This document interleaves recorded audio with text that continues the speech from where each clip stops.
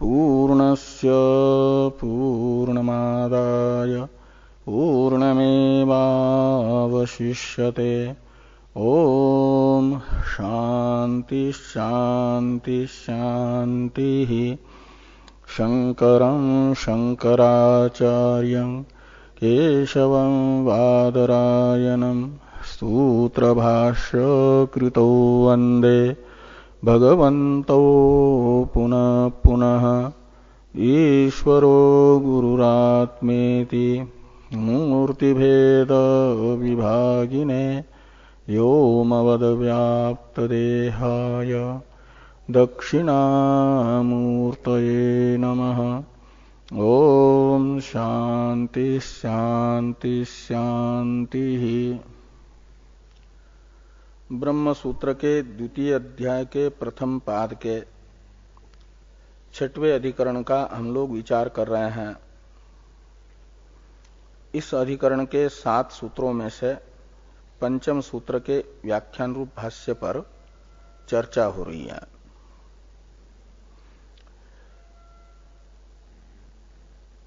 युक्ते है शब्दांतराच यह पंचम सूत्र है। इसमें वेदव्यास जी ने यह बताया कि युक्ति से भी कार्य की उत्पत्ति से पहले कार्य का अस्तित्व एवं कार्य का अपने कारण के साथ अनन्यत्व सिद्ध होता है। और सदैव सौम्य इदमग्रासित एकमेवा द्वितीयम इत्यादि शब्दांतर से भी कार्य की उत्पत्ति से पहले कार्य का अस्तित्व एवं कारण से कार्य का अनन्यत्व निश्चित होता है। युक्ते है शब्दांतराच इस सूत्र में से युक्ते है इस पद की व्याख्या करते हुए भाष्यकार भगवान ने युक्ति से कैसे कार्य का कारण से अनन्यत्व एवं उत्पत्ति से पहले अस्तित्व सिद्ध होता है इसे बता दिया। और असत कार्यवादी तथा कारण से कार्य को भिन्न मानने वाले जो वैशेषिक है उनकी जो शंकाएं हैं उनका समाधान कर रहे हैं। और वैशेषिक मत में असत कार्य को मानने पर ये सब नहीं बन पाएगा ये कह रहे हैं। युक्ति विरोध होगा करके कह रहे युक्ति से कार्य का उत्पत्ति से पहले असत्व तथा कारण से भेद कार्य का सिद्ध नहीं होता। जो लोग कार्य की उत्पत्ति का स्वरूप मानते हैं कि कार्य का कारण में समवाय अथवा कार्य में सत्ता का समवाय ही कार्य की उत्पत्ति है, इस प्रकार मानने वाले उत्पत्ति का स्वरूप मानने वाले जो वैशेषिक हैं, तो ऐसा उत्पत्ति का स्वरूप मानने पर भी भाष्कर भगवान ने कहा कि कार्य को उत्पत्ति से पहले सत मानेंगे तभी इस प्रकार का उत्पत्ति का स्वरूप बन पाएगा। अन्यथा यदि उत्पत्ति से पहले कार्य वैशेषिकों के अनुसार असत है, अविद्यमान है, तो अविद्यमान कार्य का कारण के साथ जो समवाय संबंध हुआ उस समवाय संबंध के साथ प्रतियोगित्वेन रूपेण अन्वय नहीं हो पाएगा।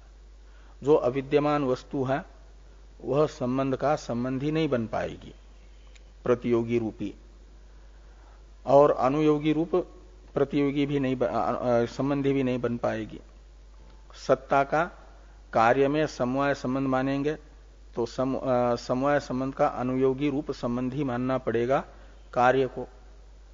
वह यदि उत्पत्ति से पहले अविद्यमान है तो सत्ता का समवाय कार्य में कैसे सिद्ध होगा, नहीं हो पाएगा।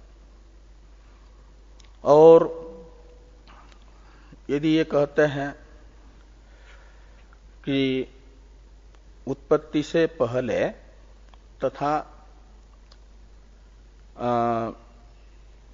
ध्वंस के अनंतर मात्र कार्य असत है, और बीच में तो उत्पत्ति के बाद और ध्वंस के पहले तक स्थिति काल में कार्य सत्य है। इसलिए वंध्यापुत्रादि असत पदार्थों से विलक्षण हम वैशेषिकों का कार्य हैं।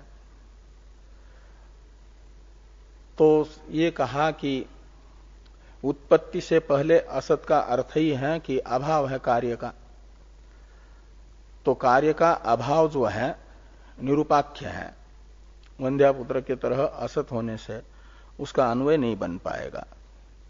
ये सारी चर्चा करके उत्पत्ति का स्वरूप वैशेषिक, चाहे कारण में कार्य का समवाय कहें या सत्ता का कार्य में समवाय कहें, दोनों पक्ष में कार्य का सत्व ही उत्पत्ति से पहले सिद्ध होता है।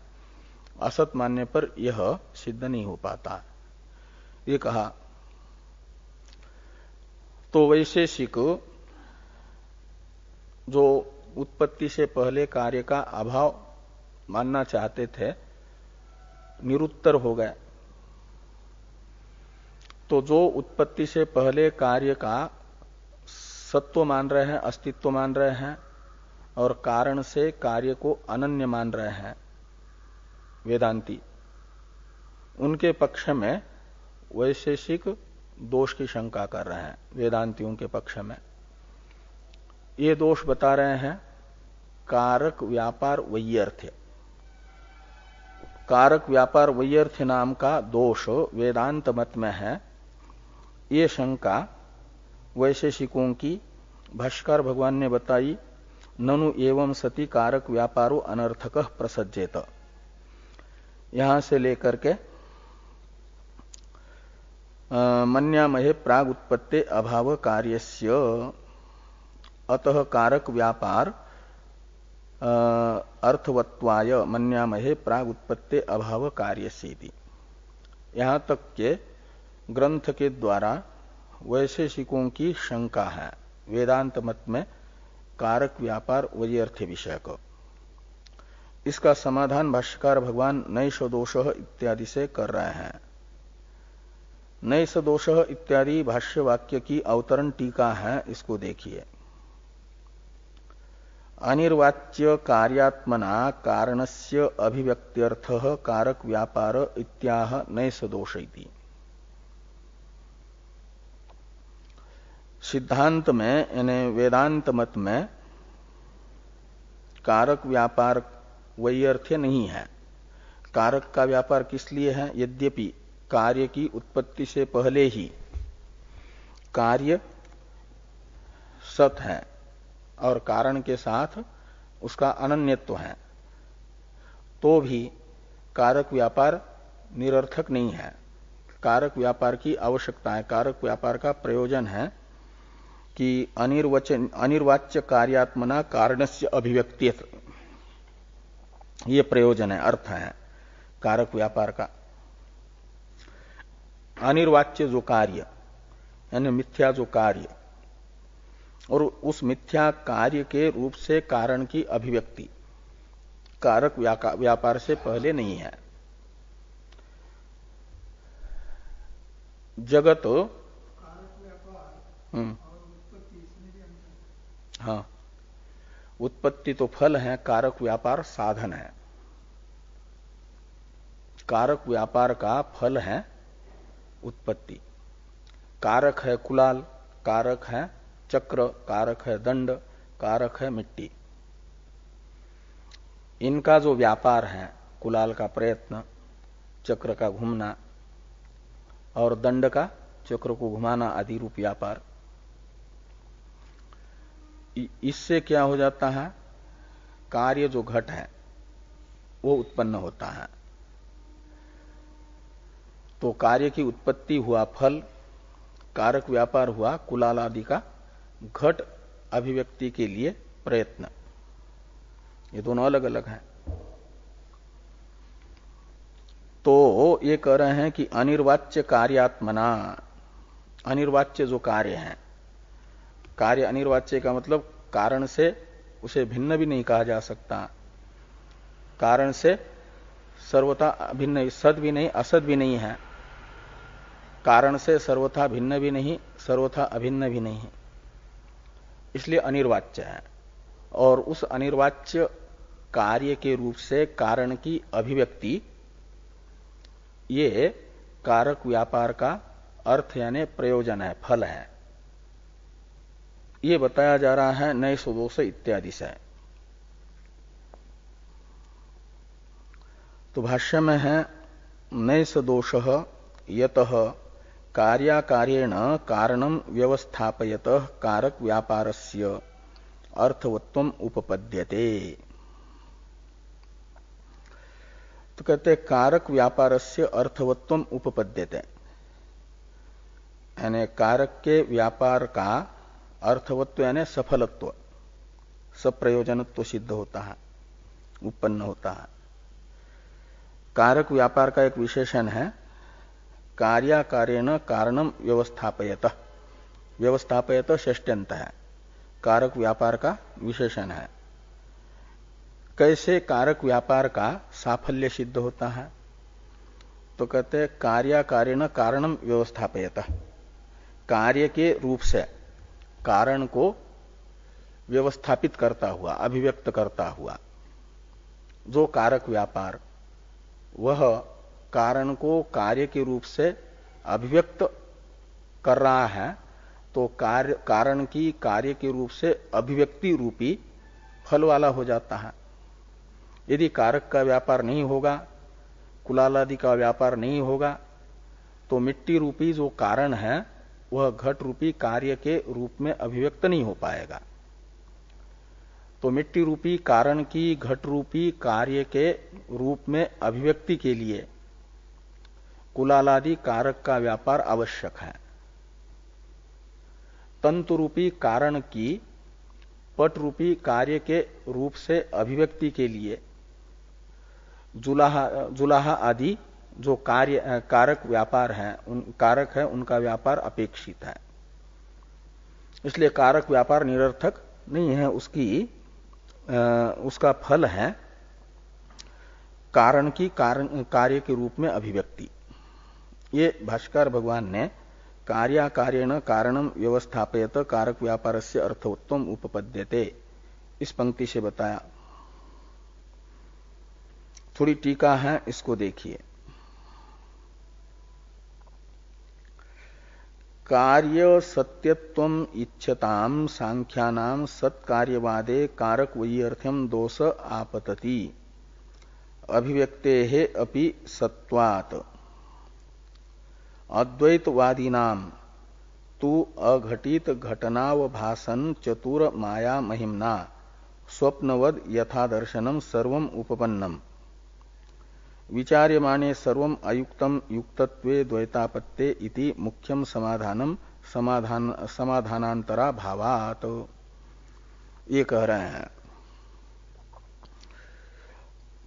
सत्कार्यवादी सांख्य भी है, सत्कार्यवादी वेदांती भी है, वैशेषिक है असत कार्यवादी। तो असत कार्यवादी वैशेषिकों की ये शंका है कि कार्य को यदि उत्पत्ति से पहले सत मानेंगे तो कारक व्यापार निरर्थक हो जाएगा। ये वैशेषिकों की असत कार्यवादी की शंका है। और जिनके यहां पहले से कार्य है नहीं, तो कारक व्यापार का फल होगा कार्य की अभिव्यक्ति, कार्य को उत्पन्न करना, कार्य का भाव। और जिनके यहां कार्य पहले से ही है, उनके यहां कारक व्यापार निरर्थक होगा। ये शंका असत कार्यवादी वैशेषिकों की है। कहते हैं इस शंका के माध्यम से जो सत्कार्यवाद में दोष बताया जा रहा है, कारक व्यापार वही अर्थ रूपी, यह दोष वेदांत मत में तो नहीं आता, किंतु वह सांख्य मत में आता है। तो सत्कार्यवादी जो सांख्य है उनके लिए कहते हैं कि कार्यस्य सत्यत्वम इच्छताम, कार्य के सत्यत्व की इच्छा करने वाले जो सांख्य, उनके मत में उनका जो सत्कार्यवाद है उसमें कारक वैयर्थ दोष आपतति वो प्राप्त होगा। क्यों कहते अभिव्यक्तेरपि सत्वात्, वो कार्य की अभिव्यक्ति को भी सत्य मानते हैं। उनके यहां कार्य भी सत्य है, कार्य की अभिव्यक्ति भी सत्य है। तो कार्य की अभिव्यक्ति सत्य होने के कारण कारक व्यापार निरर्थक होगा उनके यहां, और वेदांत मत में अभिव्यक्ति सत्य नहीं है, अनिर्वचनीय है। तो वेदांत मत में ये दोष नहीं है। इसे आगे बता रहे हैं कि अद्वैतवादी नाम, अद्वैतवाद है वेदांत मत। तो अद्वैतवादी नाम तू अघटित घटना अवभाषण चतुर माया महिमना। माया का विशेषण है कि माया कैसी है, तो कहते वो चतुर है, माया बड़ी चतुर है। और क्या करती है, तो कहते अघटित घटना अवभाषण चतुर। उसका चातुर्य किसमें है, चतुरता किसमें है माया की, तो जो अघटित घटना है उसको भी घटित करने में चतुर है माया। और उस माया के महिमा से वेदांत मत में तो ये उत्पन्न हो जाता है। तो अघटित घटना अवभाषण चतुर माया महिमना, अघटित घटना का अवभाषण कराने में जो चतुर है माया, उसके सामर्थ्य से तो कहते हैं स्वप्नवत यथा दर्शनम सर्वम उत्पन्नम, जैसा अनुभव हो रहा है वो सब उत्पन्न हो जाता है माया के बल पर वेदांत में। और यानी ये माइक है, वेदांत मत में माइक है अभिव्यक्ति। और अभिव्यक्ति जो माइक है, उस माइक अभिव्यक्ति को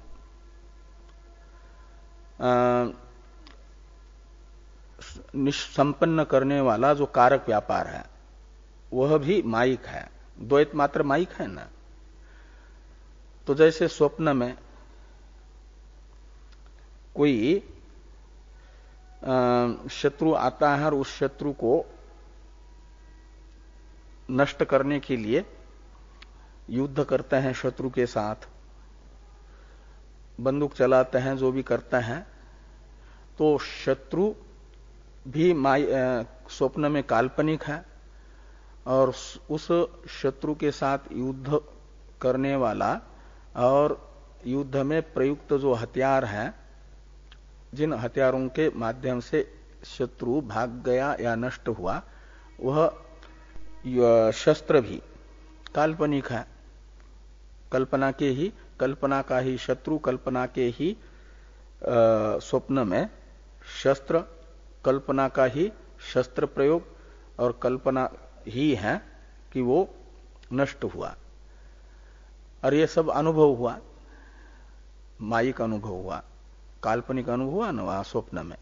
जैसे ऐसे ये जागृत अवस्था भी दीर्घ स्वप्न की तरह स्वप्न है, और ये दीर्घ स्वप्न दिख रहा है माया से। इसलिए कहा कि स्वप्नवत यथा दर्शनम, यानी दर्शनम अनतिक्रम्य इति यथा दर्शनम, जैसा जागृत में अनुभव हो रहा है उस अनुभव के अनुसार सर्वम उत्पन्नम माया महिमना। लेकिन कहते हैं विचार्य माने सर्वम अयुक्तम, जब विचार करते हैं तो ये सब का सब जो है विचार के सामने टिकता नहीं है, इसलिए वो अयुक्त है, अनुचित है। और ये बताया था कि विचार से ये अध्यास का तो अलंकार है, अध्यास भाष्य में बताया गया था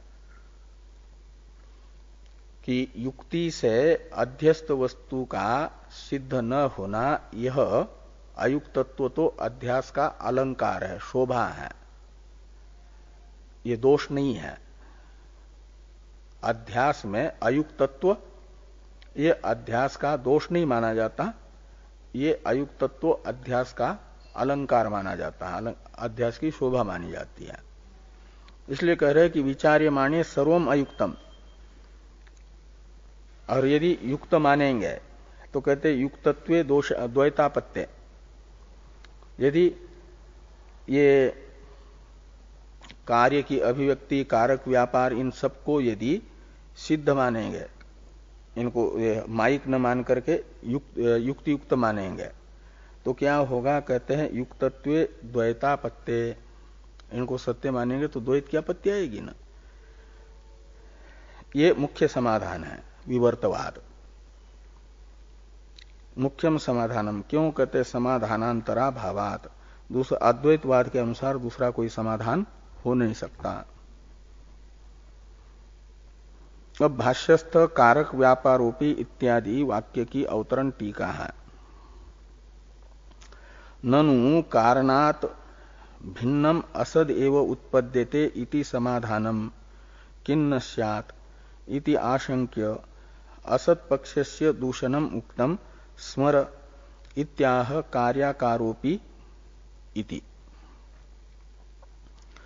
वैशेषिकों ने कहा कि आप कह रहे हो कि समाधानांतरा भावात, दूसरा कोई समाधान है नहीं, इसलिए विवर्तवाद के अनुसार यही समाधान उचित है। तो हमने जो समाधान दिया था, वैशेषिक कह रहे हैं कि कारणात् भिन्नम असदेव उत्पद्यते, कारण से भिन्न असत कार्य की ही उत्पत्ति होती है। इस प्रकार का समाधान कारक व्यापार को सफल बनाने के लिए क्यों न उचित माना जाए? किन्न स्यात्, इस प्रकार की वैशेषिकों की शंका का समाधान करने के लिए कहते हैं कि जो हमने असत पक्ष में पहले दोष बताए हैं, उन दोषों का स्मरण कर लो, वो दोष प्राप्त हो जाएंगे। कारक व्यापार को सफल बनाने के लिए यदि असत और कारण से भिन्न कार्य उत्पन्न होता है ऐसा मानोगे, तो असत कार्यवाद में जो दोष बताए थे वो दोष प्राप्त होंगे। ये याद करा रहे भाष्कर भगवान कि कार्याकारोपि कारणस्य आत्मभूत एव अनात्मभूतस्य अनारभ्यत्वात् इति अभानी। अभानी यानी कहा गया है पहले हमारे द्वारा, अस्माभि अभानी यानी हमारे द्वारा पहले ये कहा गया है कि कार्याकार यानी कार्य का जो आकार यानी कार्य रूप जो है वह कारण से आत्मभूत एव यानी कारण से पृथक नहीं है, कार्य कारण से पृथक नहीं है, ऐसा हम पहले कह चुके हैं। भिन्न की कारण से भिन्न जो है उसकी कारण से उत्पत्ति नहीं हो सकती, ऐसा कह करके अनात्मभूतस्य अनारभ्यत्वात्, जो अनात्मभूत है कौन? असत पदार्थ, वह आरभ्य नहीं होते हैं।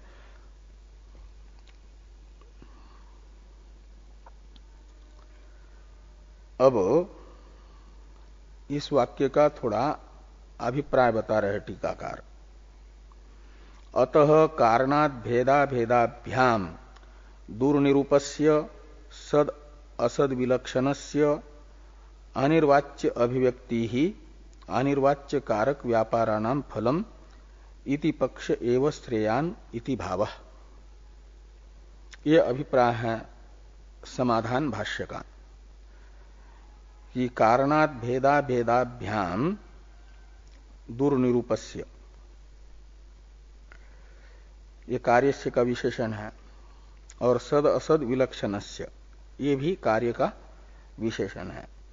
जो कारण से भिन्न तथा अभिन्नतया निरूपण करने योग्य नहीं है उसे कहा जाता है कारणात् भेदा भेदाभ्याम दुर्निरूप, जिसका कारण से भिन्नतया भी निरूपण कठिन है और कारण से अभिन्नतया भी निरूपण जिसका कठिन है, और सद असत से जो विलक्षण है, जिसे सद भी नहीं कह सकते असत भी नहीं कह सकते,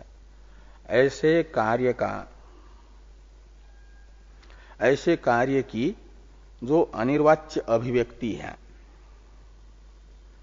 वो है फल, किसका? तो कहते अनिर्वाच्य कारक व्यापाराणाम, अनिर्वाच्य जो कारक व्यापार है उन कारक व्यापारों का ये फल है अनिर्वाच्य अभिव्यक्ति। इति पक्ष एव श्रेयान, ये जो वेदांत मत है यही श्रेष्ठ मत है।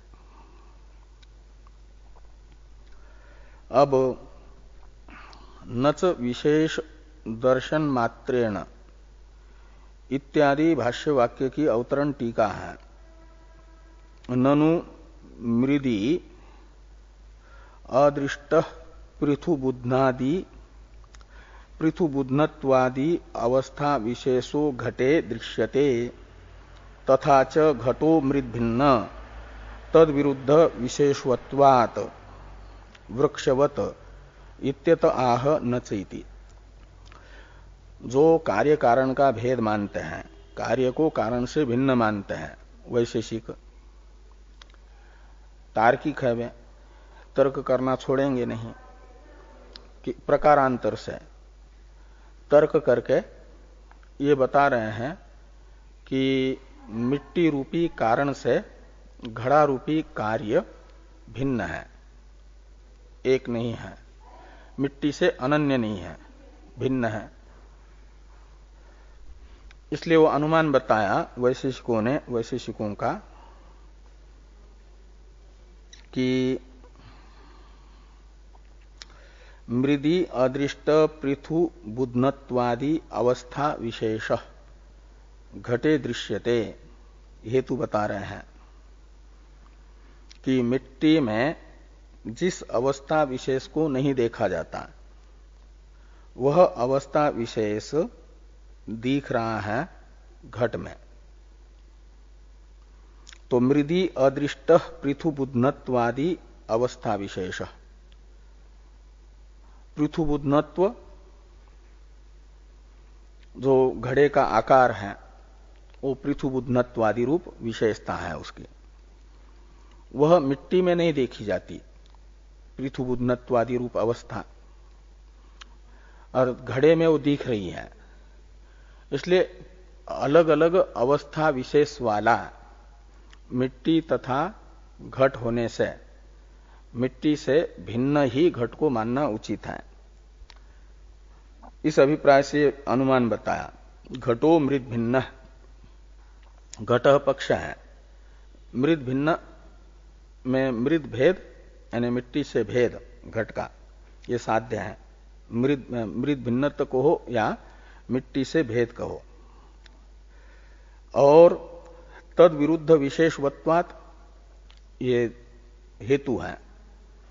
तद विरुद्ध में तत् शब्द से लीजिए मिट्टी को, मिट्टी विरुद्ध जो विशेष, मिट्टी विरुद्ध विशेष हुआ जो विशेष मिट्टी में नहीं दिख रहा है और घट में दिख रहा है, पृथुबुध्नत्वादि रूप विशेष, वो है मिट्टी विरुद्ध, मिट्टी में रहने वाले विशेषता से विरुद्ध विशेषता वाला ये घट होने से घट मिट्टी से भिन्न है। जैसे वृक्ष, एक वृक्ष जो है पीपल का, उसमें जो विशेषता दिखती है उससे भिन्न विशेषता नीम के पीपल में होने से नीम का वृक्ष पीपल के वृक्ष से भिन्न है। क्यों?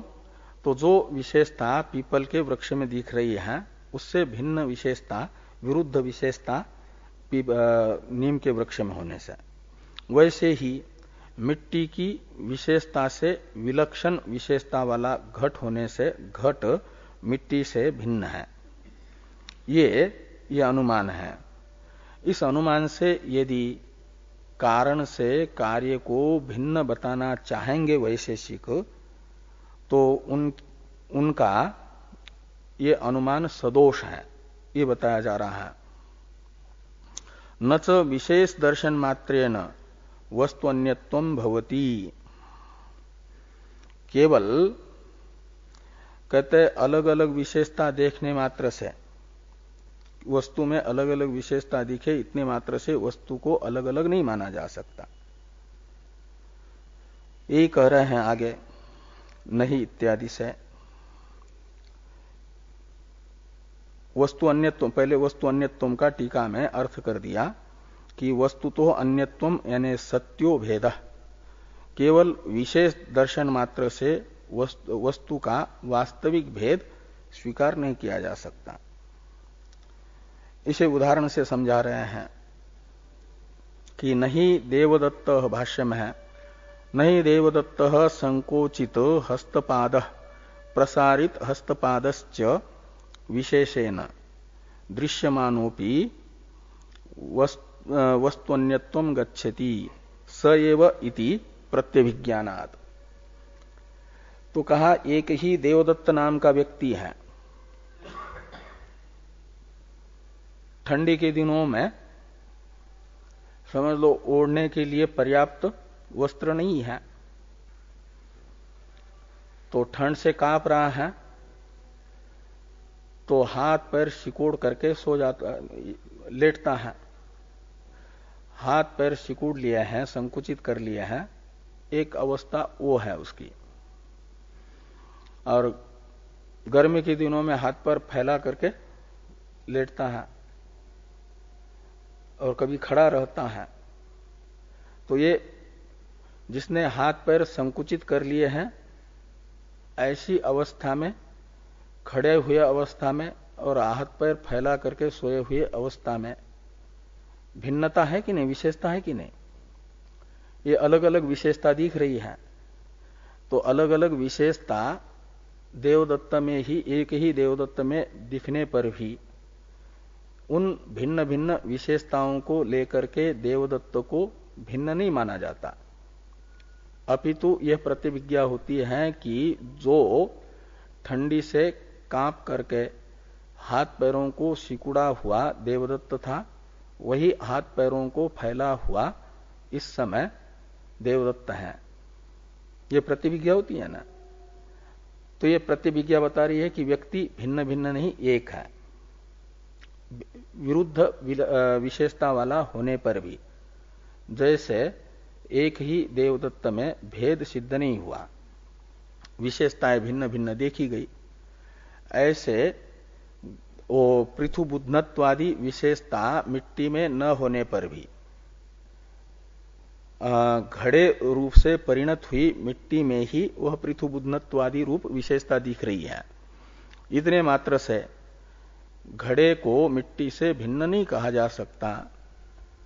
इसे बताने के लिए उदाहरण है कि न च विशेष दर्शन मात्रेण वस्तुन्यत्वं भवति, नहीं देवदत्तः संकोचित हस्तपादः प्रसारित हस्तपादश्च विशेषेण दृश्यमानोपि वस्तुन्यत्वं गच्छति स एव इति प्रत्यभिज्ञानात्।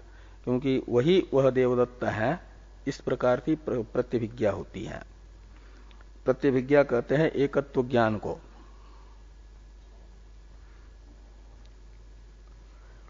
तथा प्रतिदिनम इत्यादि भाष्यवाक्य की अवतरण टीका है, हेतोर व्यभिचार स्थलांतरम आह तथा प्रतिदिनम इति। हेतु के यानी हेतु यानी पूर्व पक्षी का जो हेतु है, तद विरुद्ध विशेषवत्व रूप हेतु। पूर्व पक्षी के अनुमान में वैशेषिकों का अनुमान है घटो मृत भिन्न तद विरुद्ध विशेषवत्वात्। ये जो अनुमान है, इस अनुमान में प्रयुक्त जो हेतु है तद विरुद्ध विशेषवत्व रूप हेतु, उसमें व्यभिचार सिद्ध करने वाला एक स्थल बताया, देवदत्त नाम का व्यक्ति, उसकी अलग अलग जो अवस्थाएं हैं, उन अवस्थाओं में विशेषता अलग अलग होने पर भी व्यक्ति भिन्न नहीं है।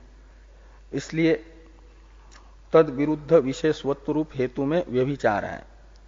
एक वो स्थल बताया देवदत्त नाम के व्यक्ति का, उससे भिन्न स्थलांतर बताया जा रहा है दूसरा एक पूर्व पक्ष के हेतु में व्यभिचार सिद्ध करने वाला दृष्टांत, तथा प्रतिदिनम इत्यादि से। तो भाष्य में है तथा प्रतिदिनम अनेक संस्थानानाम अपि पित्रादीनाम न वस्तुन्यत्वं भवति, मम पिता मम भ्राता मम पुत्र इति प्रत्यभिज्ञानात्।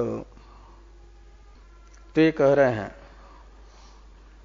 कि प्रतिदिनम अनेक संस्थानानाम अपि पित्रादीनाम न वस्तुन्यत्वम भवति। जैसे व्यक्ति 24 घंटा ये खाली बैठा ही नहीं रहता या खड़ा ही नहीं रहता, कितनी अवस्थाएं बदलती हैं शरीर में, अलग अलग क्रियाएं होती है उस समय अलग अलग, कभी बैठा है तो कभी खड़ा है तो कभी गमन कर रहा है, कभी लेटा है। तो ये सारी परस्पर विरुद्ध विशेषताएं एक ही व्यक्ति में दिन भर में दिख रही है। उतने मात्र से व्यक्ति बदलता नहीं है, क्योंकि अनुभव ये होता है देवदत्त को, जैसे देवदत्त का पिता बैठा है तब भी देवदत्त कहता है कि ये मेरा पिता है। वो खड़ा है तो बैठे हुए व्यक्ति में और खड़े हुए व्यक्ति में विशेषता बदली, भिन्न हुई कि नहीं? तो व्यक्ति नहीं बदलता। बैठे हुए पिता को भी कहता है ये मेरा पिता है, खड़ा हो गया तो अवस्था बदल गई, तब भी कहता है मेरा खड़ा हुआ व्यक्ति मेरा पिता है। सो रहा है तो ये मेरा पिता है, जा रहा है तो ये मेरा पिता है। ये जो अलग अलग अवस्था वाले व्यक्ति में सएव ऐसी ये हो रही है, ये नहीं कहता कि ये मेरा पिता नहीं है। बैठा हुआ तो मेरा पिता और खड़ा हुआ मेरा पिता नहीं है, बैठा हुआ मेरा भाई है और खड़ा हुआ मेरा भाई नहीं, ऐसा ये नहीं होता। ये उदाहरण बताया कि प्रतिदिनम अनेक संस्थानानाम अपि पित्रादीनाम, यानी अलग अलग अवस्थाओं में अवस्थित होने पर भी पित्रादीनाम न वस्तुन्यत्वम भवति, ये अलग अलग नहीं होते हो, अलग अलग अवस्था होने मात्र से व्यक्ति अलग अलग नहीं होते हैं। क्यों कहते ये प्रतिविज्ञा हो रही कि मम पिता मम भ्राता मम पुत्र इति प्रत्यभिज्ञानात्, ये एकत्व विषयक प्रतिविज्ञा होने से। थोड़ी टीका है कि प्रत्यहम पित्रादि देहस्य अवस्था भेदेपि, यानी अवतरण है आगे वाले वाक्य का टीका में। जो भाष्य में दूसरा वाक्य आ रहा है जन्मोच्छेद अनंतरितत्वात् इत्यादि, इसकी अवतरण टीका है कि प्रत्यहम पित्रादि देहस्य अवस्था भेदेपि जन्मनाशयोः अभावात् अभेदो युक्तः दार्ष्टान्तिके तु मृदादि नाशे सति घटादिकम जायते इति जन्म विनाश रूप विरुद्ध धर्मवत्वात् कार्य कारणयोः अभेदो न युक्त इति शंकते जन्मेति। तो ये कह रहे हैं पूर्व पक्षी जो वैशेषिक है, उनकी यह शंका है कि प्रतिदिन पित्रादि शरीर में अवस्था भिन्न होने पर भी जो जन्म और नाशात्मक विकार हैं वो नहीं देखने को मिलते हैं, इसलिए अभेद है उनमें। ये अवस्था भिन्न होने पर भी जन्म तथा नाश रूपी विकार जो व्यक्ति के भेदक हैं, वस्तु के भेदक हैं, उनका अभाव पित्रादि शरीर में प्रतिदिन होने के कारण, जन्मनाश तो प्रतिदिन नहीं होता ना, इसलिए कहते हैं अभेदो युक्त, इसलिए वहां तो अभेद मानना उचित है। किंतु दार्ष्टान्तिक में तो दार्ष्टान्तिके तु मृदादि नाशे सति घटादिकम जायते इति जन्म विनाश रूप विरुद्ध धर्मवत्वात् कार्य कारणयोः अभेदो न युक्त इति शंकते। दृष्टांत है वो व्यक्ति का, उसमें तो केवल बैठना उठना गत्यादि अवस्था भिन्न भिन्न हो रही है, किंतु जन्म और नाश रूपी विकार के न होने से एक व्यक्ति मानना, भेद न मानना उचित है अलग अलग अवस्था वाले में। किंतु दार्ष्टान्त में तो जो मृदादि कारण है उनका नाश होने पर ही घटादि कार्य की उत्पत्ति होती है। तो कारण का नाश और कार्य का जन्म, ये जन्म और नाश रूपी विकार दार्ष्टान्त में है। इसलिए यहां पर तो जन्म और विनाश रूप विरुद्ध धर्मवत्व घट में तथा मिट्टी में होने के कारण मिट्टी से घट को भिन्न ही माना जाए। कार्य कारणयो अभेदो न युक्त, अभेद उचित नहीं है कार्य कारण का। इस प्रकार की शंका जन्म उच्छेद इत्यादि के द्वारा वैशेषिक कर रहे हैं। हाँ, यानी सिद्धांतियों ने जो दृष्टांत दिया है, दृष्टांत और दार्ष्टान्त में विषमता है। ये पूर्व पक्षी कह रहे हैं कि जन्म उच्छेद अनंतरितत्वात् तत्र युक्तम न अन्यत्र इति चेत।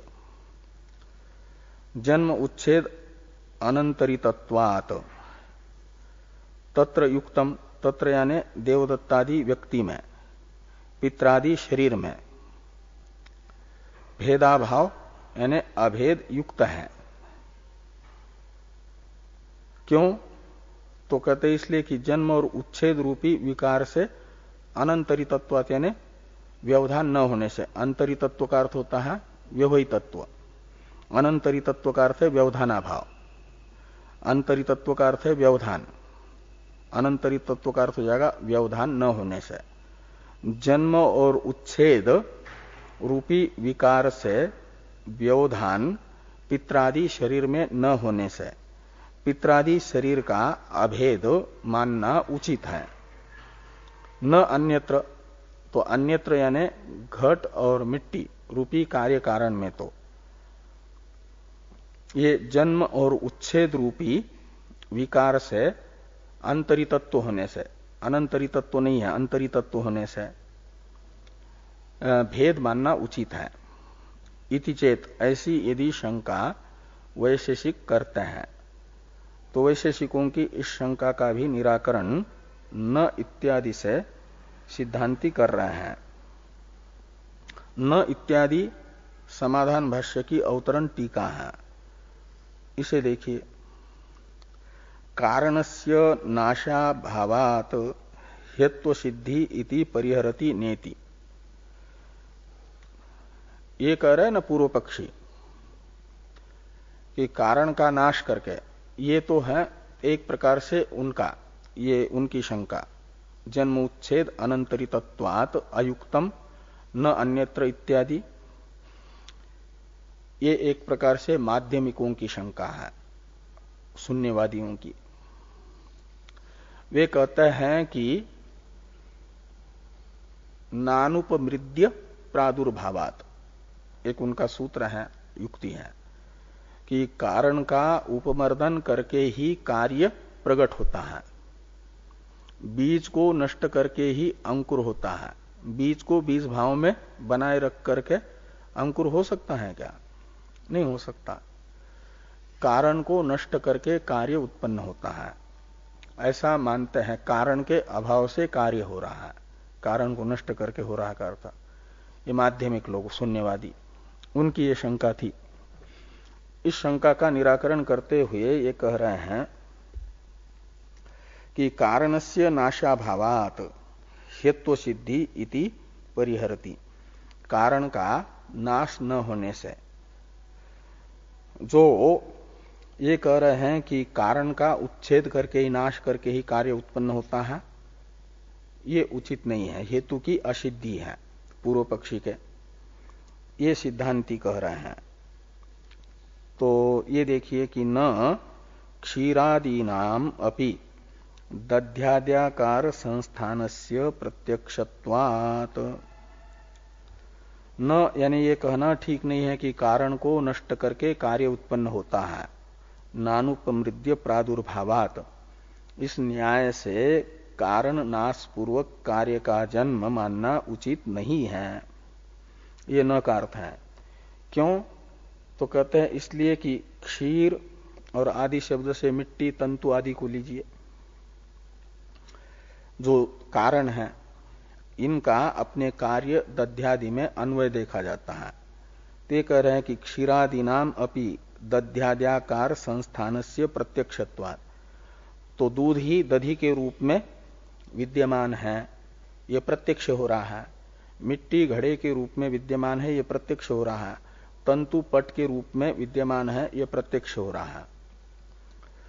तो दूधादि का दध्यादि कार्य के रूप में विद्यमानत्व प्रत्यक्ष होने के कारण ये शंका नहीं की जा सकती कि कारण नष्ट होता है तब कार्य होता है, मिट्टी नष्ट होगी तब घड़ा बनेगा, ये नहीं कहा जा सकता। मिट्टी का घट में भी अन्वय देखा जा रहा है, दूध का दही में अन्वय देखा जा रहा है।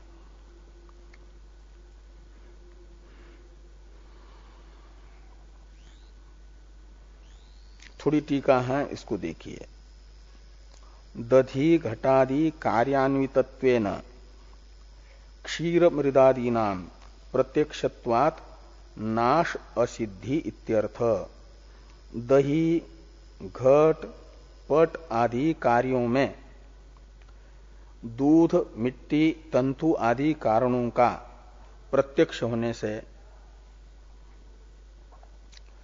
कार्यान्वितत्वेन रूपेण कारण का प्रत्यक्ष होने के कारण कारण का नाश असिद्ध है। ये अभिप्राय हुआ समाधान भाष्य का। भाष्य में जो दूसरा वाक्य आ रहा है, अदृश्यमाना नाम अपि वटधानादि नाम इत्यादि, इसकी अवतरण टीका है। अवतरण टीका को देखिए उस वाक्य के।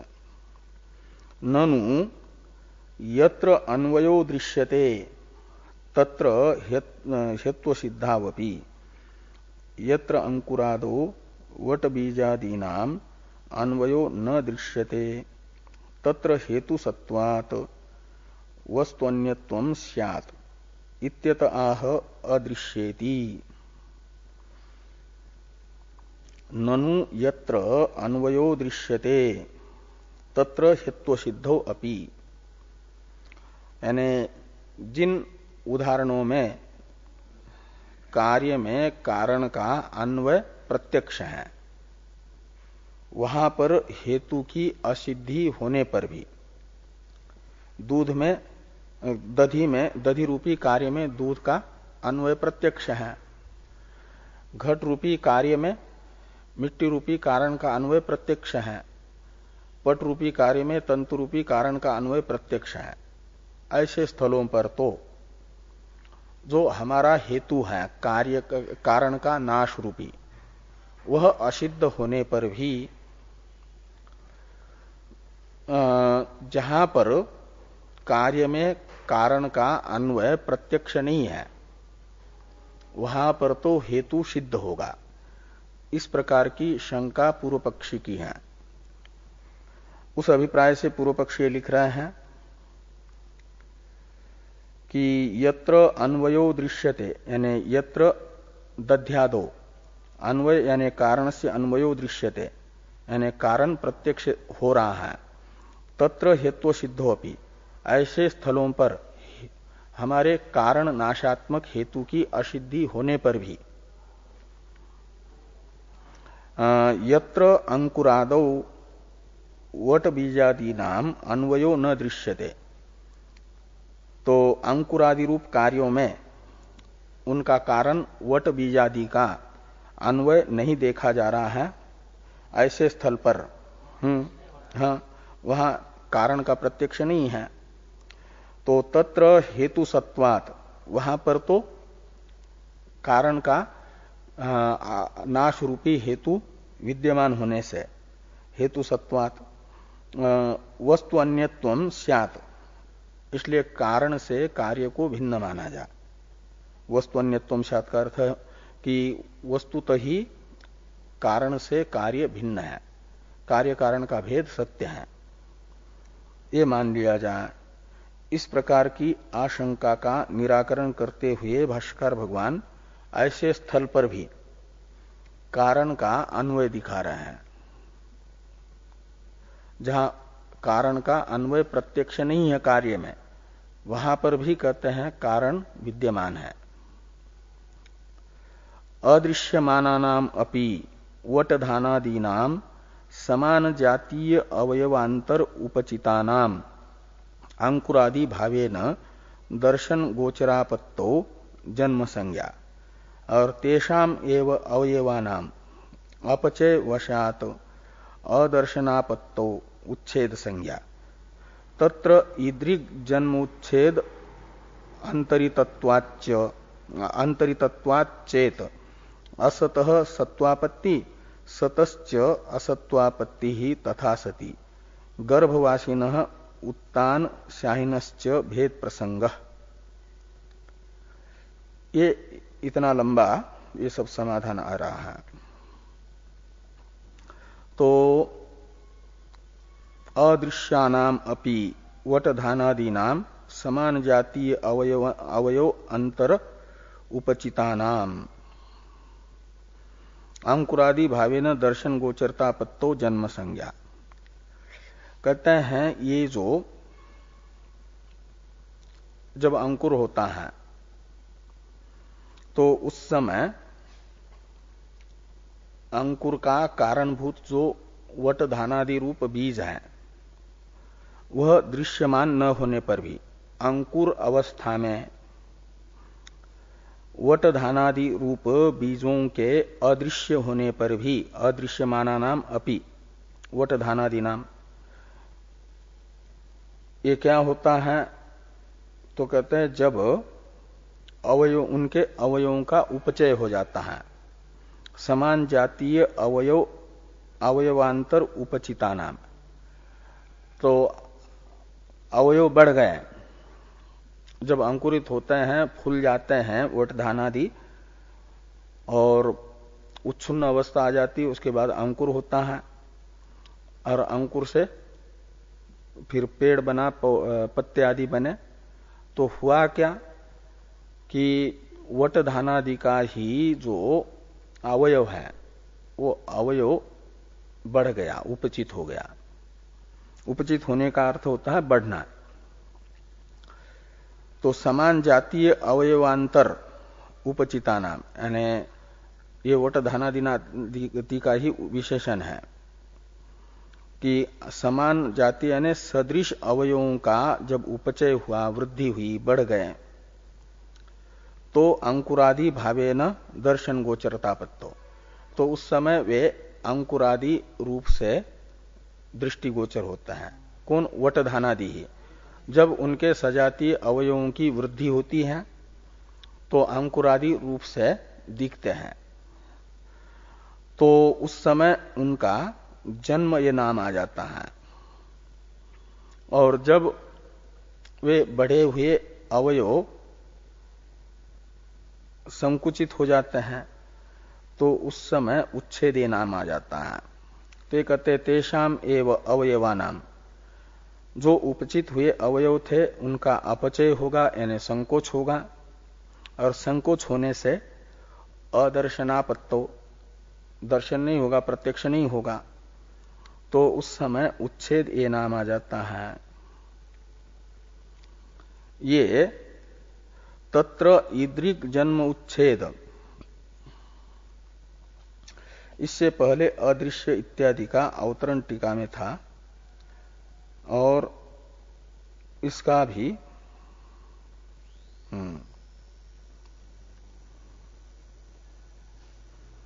न इत्यादि का भी अवतरण टीका में है, इसको देखना पड़ेगा। न का तो हुआ था अदृश्या नाम के बाद में थोड़ी टीका है इसका अर्थ कर रहे इसको देखिए। फिर तत्र इत्यादि का अवतरण है टीका में। तत्रापि अंकुरादौ बीजादि अवयवानाम अन्वयात न स्तः एव जन्म विनाशौ किंतु अवयवांतर उपचय अपचयाभ्याम तद व्यवहार इत्यर्थ।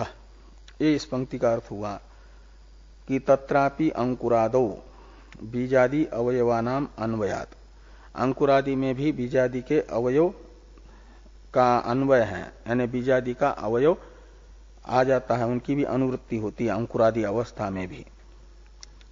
इसलिए क्या हुआ कि कहते हैं अन्वयात न स्त एव जन्म विनाशो, जन्म और विनाश नहीं होते हैं, यानी कारण का नाश और कार्य का जन्म ऐसा वो नहीं होता। यदि नष्ट होता बीज तो बीज के अवयवों का अंकुर में अन्वय कैसे होता? बीज के अवयवों का अंकुर में अन्वय ये बता रहा है कि बीज नष्ट नहीं हुआ। तो ये कह रहे हैं कि तत्रापि अंकुरादो, यानी जहां पर बीजादि का दर्शन नहीं हो रहा वहां पर भी अंकुरादि कार्य में बीजादि के अवयवों का अन्वय होने के कारण, यानी अवयवी के रूप में दर्शन न होने पर भी अवयवों के रूप में बीज का दर्शन हो ही रहा है, होने के कारण नस्त एव जन्म विनाशो, वहां पर भी कार्य का जन्म और कारण का नाश, कारण नाश पूर्वक कार्य का जन्म, यानी बीज नाश पूर्वक अंकुर का जन्म, ये नहीं माना जा सकता, ये नहीं है। तत्र किंतु अवयवांतर उपचय अपचयाभ्याम तद व्यवहार, केवल अवयवों के उपचय को लेकर के जन्म का व्यवहार, अपचय को लेकर के विनाश का व्यवहार मात्र हो रहा है, न कि वस्तुतः ही जन्म और विनाश है। ये इस समाधान भाष्य का अभिप्राय निकला। यानी इससे बताया गया कि जहां पर कारण का कार्य में अन्वय दर्शन नहीं है वहां पर भी कारण का नाश, वास्तविक रूप से ही कारण का नाश हो रहा हो और कार्य का वास्तविक जन्म हो रहा हो, ऐसी बात नहीं है। अपितु वहां पर भी कारण के अंकुर रूपी कार्य में बीज रूपी कारण का अवयव अन्वय देखा जा रहा है, इसलिए माना जाएगा कि कारण नष्ट नहीं हुआ, कारण के ही अवयवों में उपचय हुआ तो अंकुर उत्पन्न हुआ तो माना जाता है कि अंकुर का जन्म हुआ। अवयवों के उपचय के कारण जन्म का औपचारिक प्रयोग हो रहा है और अवयवों के अपचय से औपचारिक नाश शब्द का, उच्छेद शब्द का प्रयोग हो रहा है। वास्तविक कारण का नाश पूर्वक कार्य का जन्म वहां पर भी नहीं है। ये अभिप्राय सिद्धांतियों का इस वाक्य से निकला। अब तत्र ईदृक इत्यादि की अवतरण टीका है, ये टीका तथा तत्र ईदृक जन्म उच्छेद आदि पंक्ति पर विचार हम लोग कल करते हैं।